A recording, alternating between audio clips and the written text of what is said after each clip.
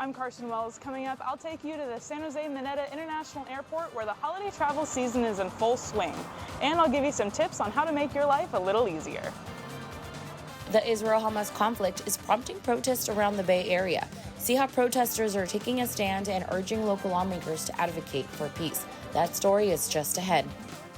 And one of San Jose's most popular neighborhood makes it into the top 100 priciest zip codes. We'll tell you where. Those stories and more coming up on this week's edition of Update News. From the School of Journalism and Mass Communications at San Jose State University, your source for what's happening with a fresh perspective on today's issues. You're watching Update News. Welcome to Update News. I'm Lee Vern Johnson. And I'm Alejandra Vaca. We begin with holiday travel. You may be coming back from your Thanksgiving trip and planning for your Christmas travel. You should know that this year's Thanksgiving holiday broke records for air travel, and many experts are expecting the same for Christmas. If you're flying out of San Jose, reporter Carson Wells has some travel tips you're going to want to hear.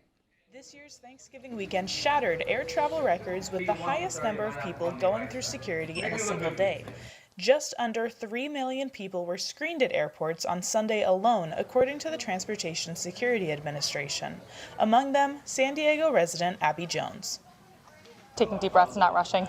Jones traveled through the San Jose Mineta International Airport, which was recently awarded the #1 mid-sized airport in the United States. For them, the holiday travel season, while busy, is just another day. We're treating the holiday travel, as any other day of travel at the airport. We're doing what we do best. We take care of our passengers. The passengers we spoke with were happy with how smoothly it went. Security was super easy to go by. They're always super good at the airport there. I'm never concerned about being late. I was ready for a lot of big crowds, but it ended up being okay, especially in between the two small airports of San Jose and San Diego. It wasn't too bad. Jones traveled to the Bay for a Niner game, but because of the cost, she says she ultimately had to choose between Thanksgiving or Christmas to fly all the way back to Boston, where her family is.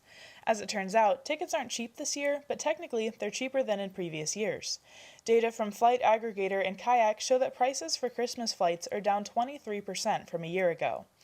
So what are some of the best days to avoid traveling? According to TSA, the Wednesday before and the Wednesday after Christmas are going to be some of the busiest days this holiday season. Here's how you can make your life a little easier. Make sure that you're downloading your airline's app before getting to the airport. It'll keep you up to date on terminal changes and flight delays. Next, get to the airport early. And finally, if you don't have to, don't check your luggage. Are you planning on traveling this holiday season? Let us know on our Instagram at SJSU Update News. In San Jose, Carson Wells, Update News. The Bay Area is no stranger to protests. The Israel-Hamas war has hundreds of protesters taken to the streets, calling on local lawmakers to do something to end the conflict. Reporter Madison Wilbur has the latest. 54 days since the conflict on the Gaza Strip began. Across the Bay Area, protests and rallies have filled the streets. Most of the demonstrators are calling for peace. Picket signs and marches have been a constant sight in the Bay Area since the Israel-Hamas war began. In cities such as Oakland, San Jose, and Berkeley, residents have been advocating for their point of view. At this demonstration in Palo Alto, outside Congresswoman Anna Eshoo's office, protesters called on her to advocate for a permanent ceasefire. Some of the protesters blamed Israel. At this point, there is no strategy behind what Israel is doing. They're not targeting Hamas, they are targeting the people of Gaza. They are ethnically cleansing the people of Gaza. Others blamed Hamas, who began the conflict with the deadly October 7th attack in southern Israel. They want to see the river to the sea and destroy all of Israel. It's in Hamas's charter to destroy every Jew in Israel. It's not acceptable. And it's emotional for me, with family in Israel. A temporary ceasefire in the war is because of an exchange of hostages for prisoners. It was supposed to end on Monday, but Israel agreed to extend it by 1 day for every 10 hostages that are freed. Now protesters want local leaders to push for a permanent truce to end the bloodshed. We are not taking sides, we are taking peace as our side. So our signs say, try diplomacy now. End the wars now. By protesting, by showing up, by having one-on-one conversations with our elected officials, we are moving the needle and we are showing them that we are not willing to just accept the status quo.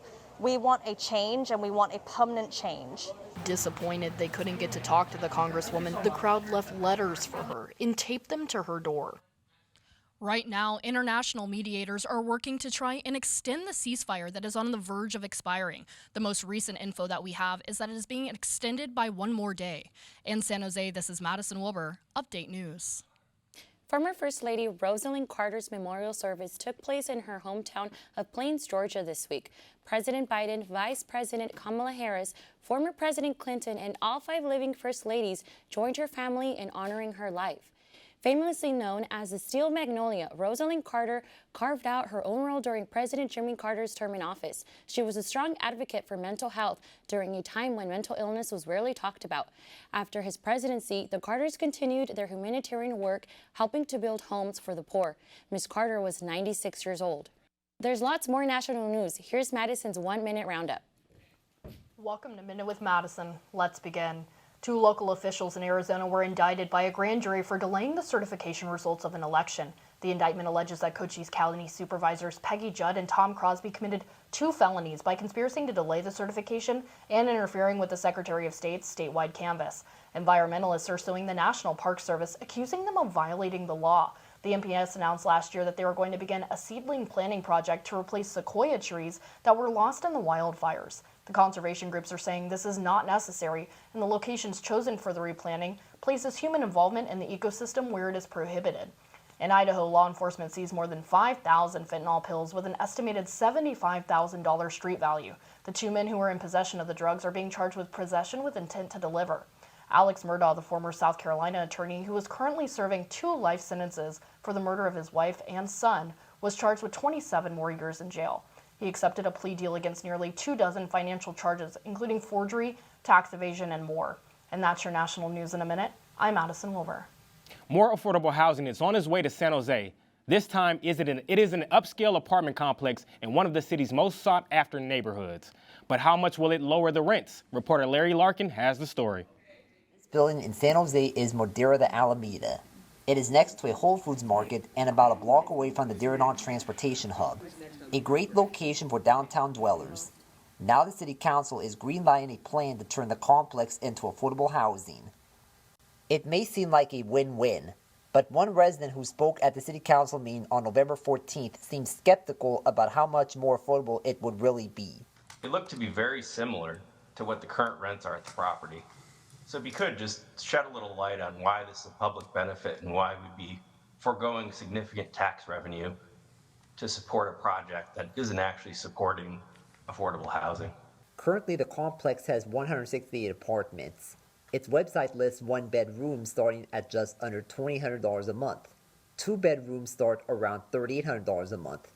Under the affordable housing scenario, the lowest priced apartments would start at $1,500 for a studio, up to $2,200 for a 3-bedroom for low-income residents.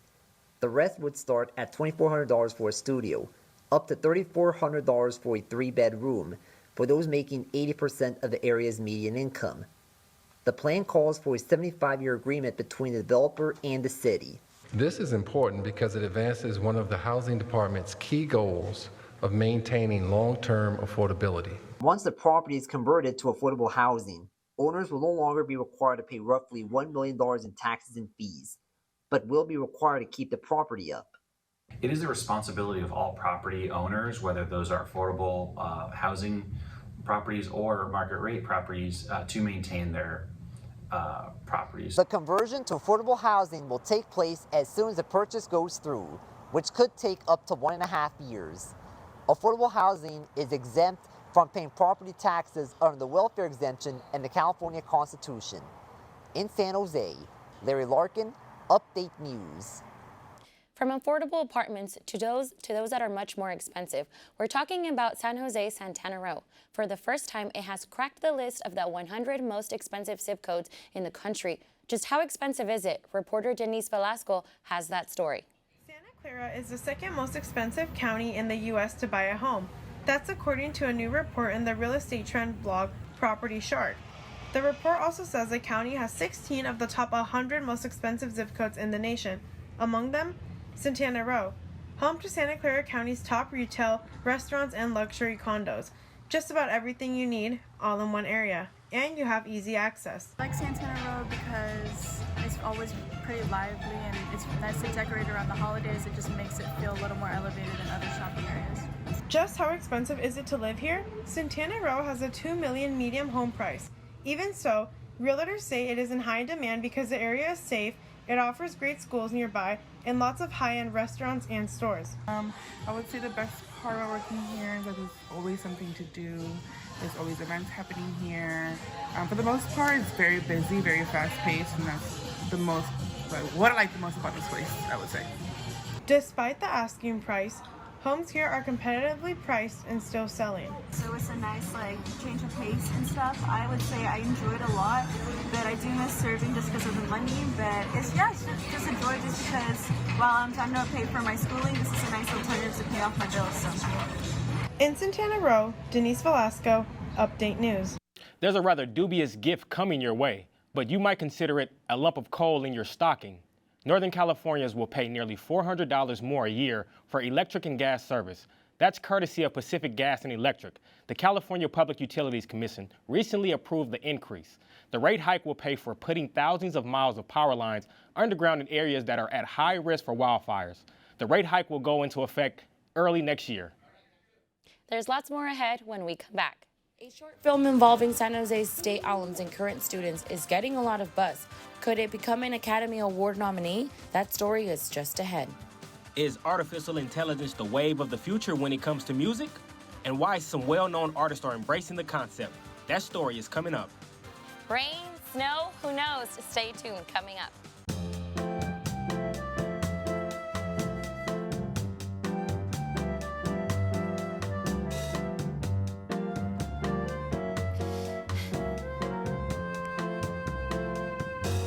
Regular viewers may remember our story last semester about the film on Japanese-American brothers during World War II.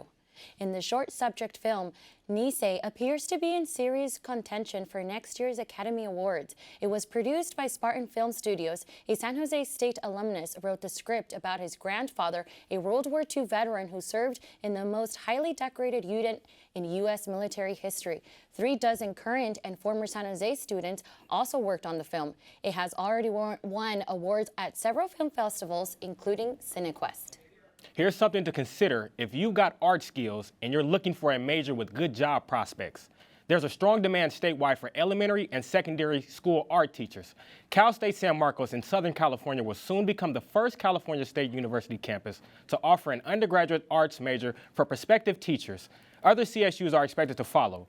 The demand comes following the approval last fall of Proposition 28, which mandates art education for K through 12 schools. This demand is so great that an LA Unified official reportedly visited an arts education class and promised jobs to all the graduates. Is artificial intelligence going to write the songs of the future using the cloned voices of popular music artists?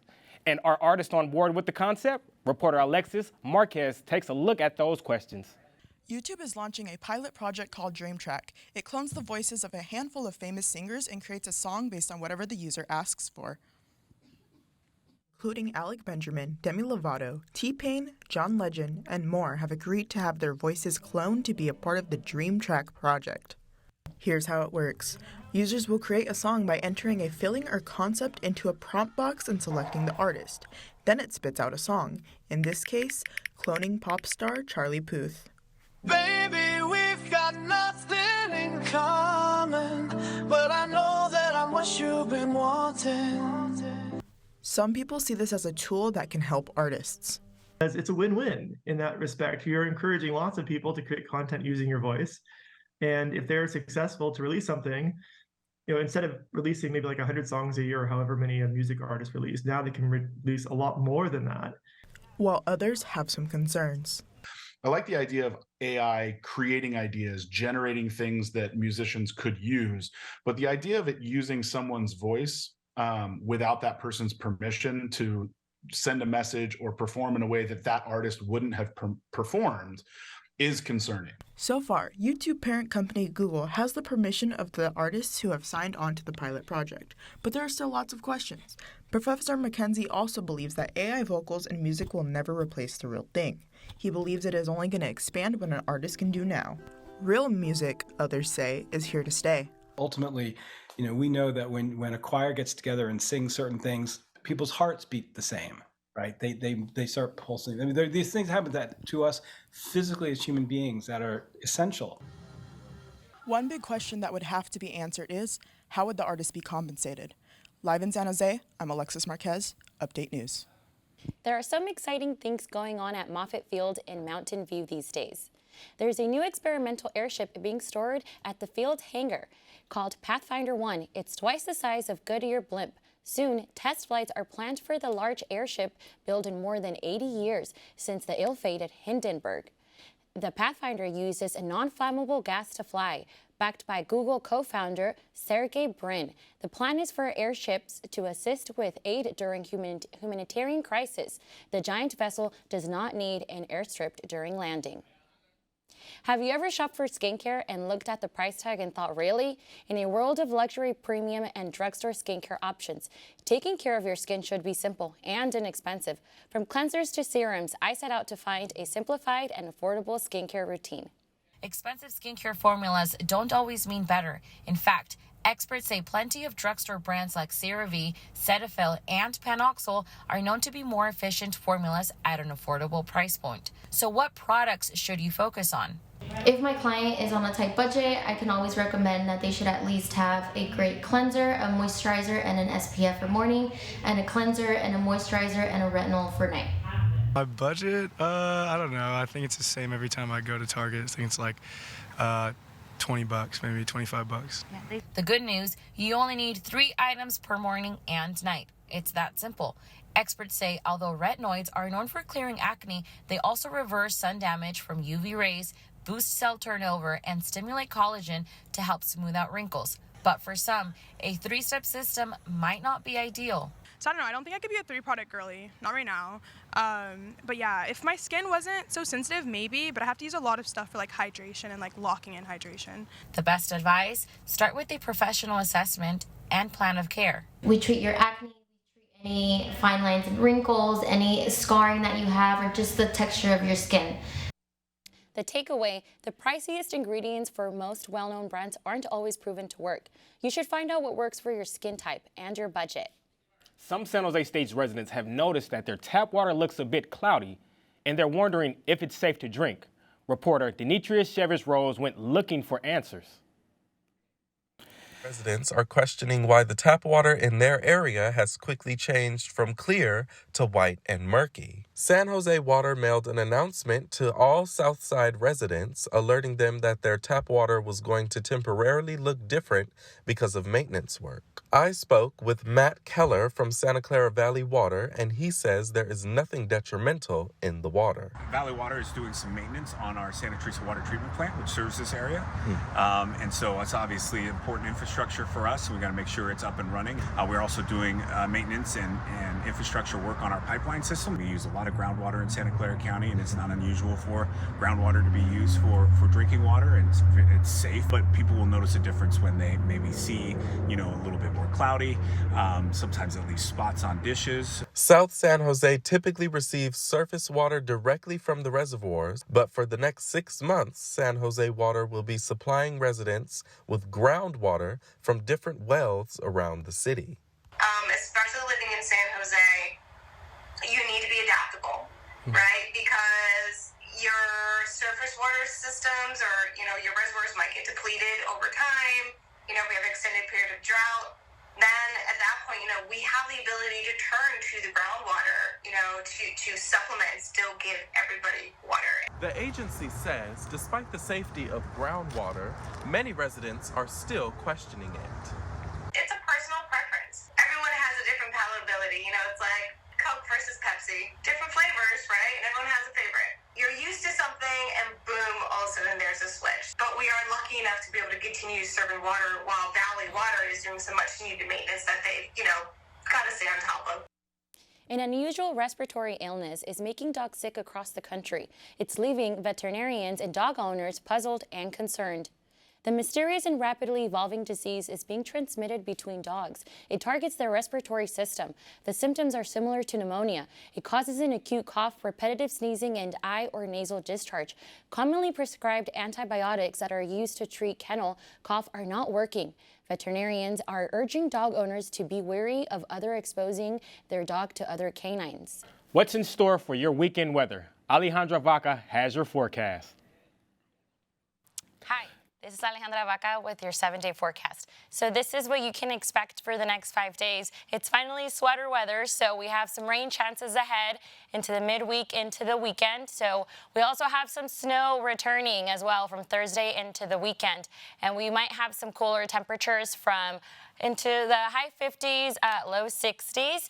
And after a day but cold holiday weekend, some rain chances return this week with colder weather for the Sierra as well, bringing some much needed snow there and rains at times around the Bay Area midweek and into the weekend. Low pressure approaching the Bay Area will bring some rain at times before diving south into Southern California. More rain chances to follow with Sierra, snow at times Thursday into Saturday, and then rain totals look to be the highest near the coast with the Santa Cruz Mountains and North Bay Mountains likely to be seeing top totals for the Sierra. Snow should be increasing following into Wednesday. And for your 7-day forecast, you have in Santa Cruz, the rain should return maybe from into the weekend on Sunday. And then Bayside locations like Oakland will see high mainly into the 60s with some rain chances. And then cooler highs near San Francisco and with some possible rain chances Friday and into the weekend. In San Jose, highs will, while mild to start, there's a trend from Friday and into the weekend with some possible rain chances as well. And that is it for your 7-day forecast. Back to the desk. Just ahead, lots of news in the sports world. State welcomes a new team to its sports complex. We'll tell you who. That's just ahead. And if you thought baseball was done in Oakland, the city says not so fast. They've got a new plan and a new team. Lots of sports coming up.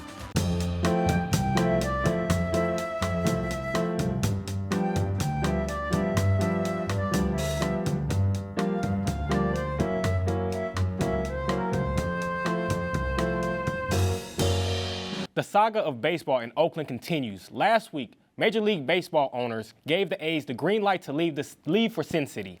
Now, Oakland has a new plan in place, a plan B, if you will. B for the Oakland Ballers. Co-founders Brian Carmel and Paul Friedman linked with former Seattle Mariners manager Don Wakamatsu, who has significant links to Northern California, coming up with a team called the Oakland Ballers. Over 50 investors contributed $2 million to the organization's early fundraising. They also intend to provide options for fan ownership through a crowdfunding effort similar to the one that the Oakland Roots and Soul Soccer Club just completed. We know that baseball in Oakland is more than just a game. It's about that social fabric. It's about making those connections. The A's will play their 2024 season in the Oakland Coliseum, but plans beyond that are unknown. Their new stadium in Las Vegas isn't scheduled to open until 2028, but the founders say that they do not want to wait until the A's leave town to establish an East Bay minor league professional baseball team. They're aiming for a 2024 start. We believe that Oakland needs things that unite us now more than ever, which is why we decided to start the Oakland Ballers to bring a new era of baseball to the town that we love. The Ballers will play in the Pioneer League, which has no ties to a major league team, but is one of 4 MLB partner leagues. The independent leagues cooperate with MLB to explore creative ideas. We're going to be the first West Coast expansion team, first California team, first Bay Area team, and we're excited to see what we can do in partnership with the Pioneer League. The Ballers will play their games at Laney College in Oakland, with their season beginning in May of 2024, fronting the same green and gold as the Oakland A's. Now to another team in the Bay Area, Bay FC. The first women's professional soccer team representing the San Francisco Bay Area in the National Women's Soccer League has selected a training base for the 2024 season. Finally, the word is out. The Bay FC women will use the former San Jose State football team's visiting locker room. The team will completely renovate the space to fit the needs of the women's team. With our investments here recently in the South Campus footprint and some of the improvements we felt we could accommodate,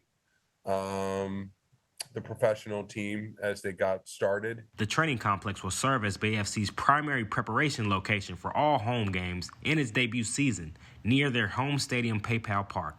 Team co-founder Danielle Slayton spoke highly of why San Jose State is the club's future home. San Jose State is on the forefront when it comes to a university and the idea around society and sport and investing in that area. I mean, it dates back to the 60s. Bay FC will invest $2 million to develop their interim facility. The 3,000 square foot training facility and locker rooms designed by the team's 4 founders will include training access on an adjacent pitch, an indoor-outdoor player changing and relaxation space, getting ready rooms with salon-quality amenities, and dedicated spaces for medical, performance, and game preparation. I think it broadcasts that San Jose State is a willing partner to try and enhance our community. This is something that's important to the community in terms of women's professional soccer. It's a growing and very popular sport. Now to San Jose State sports. The Spartans football team headed to Nevada to take on the UNLV Running Rebels. Let's see who came out the winners in the final regular season matchup between the Mountain West rivals. In a game held at the Las Vegas Raiders Stadium, the Spartans came out blazing after quarterback Chevin Cordero found tight end Sam Olsen for a 56-yard score. After a field goal, senior running back Kyrie Robinson crept his way into the end zone, increasing the Spartans' lead to 17-0. The Running Rebels responded with a touchdown, but kicker Kyler Harvorson held the lead for the Spartans after a 30-yard field goal score. UNLV responded with a field goal before the half, with the Spartans leading 20-10. Less than 2 minutes into the third quarter, the UNLV Running Rebels scored a touchdown, making it a one-possession game, 20-17. But quickly, Chevin Cordero answered back on the next possession with a 3-yard touchdown pass to Isaac Jernigan. The Spartans would score another field goal after, making the lead 30-17. San Jose State football wasn't done just yet. Kyrie Robinson added another 7 points after scoring a 40-yard touchdown. The Running Rebels tried to make a comeback, scoring 2 touchdowns, bringing the score to 37-31, but it was a little too late as the clock ran out in favor of the Spartans. Robinson finished the game tied for 3rd in college football rankings with the most touchdowns scored this season. The Spartans will now wait to see what bowl game they'll be playing in and their next opponent. In other sports news, the men's basketball team lost their Wednesday night matchup against Cal Poly 81-77 in overtime. Women's basketball also came up short versus Cal State Fullerton 71-64. In their next matchups, men's basketball will face Montana while the women take on Hawaii. And that's it for our sports recap. Minutes ago, it was announced that Spartans football will face Coastal Carolina in the Easy Post Hawaii Bowl on December 23rd. And that's it for our sports recap. Looking for some things to do this weekend? Carson has some ideas. Here's what's coming up this week. On December 1st, First Friday, celebrate Pride for the holidays. Entrance is free and the event runs from 6 p.m. to 9 p.m. On December 2nd, Holiday Makers Market and Open House. The event is located at 1330 Orleans Drive in Sunnyvale. Entrance is free, but donations are encouraged. It runs from 12 to 5 p.m. On December 2nd and 3rd, the Fantasy of Lights Walkthrough, 25th anniversary. Tickets are $15 and must be pre-purchased online before you go to the event. It runs from 4 p.m. to 9 p.m. Finally, on December 5th, Cool Yule Jazz Concert. It runs from 7:30 p.m. to 9:30 p.m. and students get in for $15, while general admission is $25. It's located at the Hammer Theater. That's all for this week. That's it for this week's edition of Update News. For all of us here, thanks for joining us, and don't forget to follow us on our socials at SJSU Update News. We wish you a happy holidays, and we will see you next semester.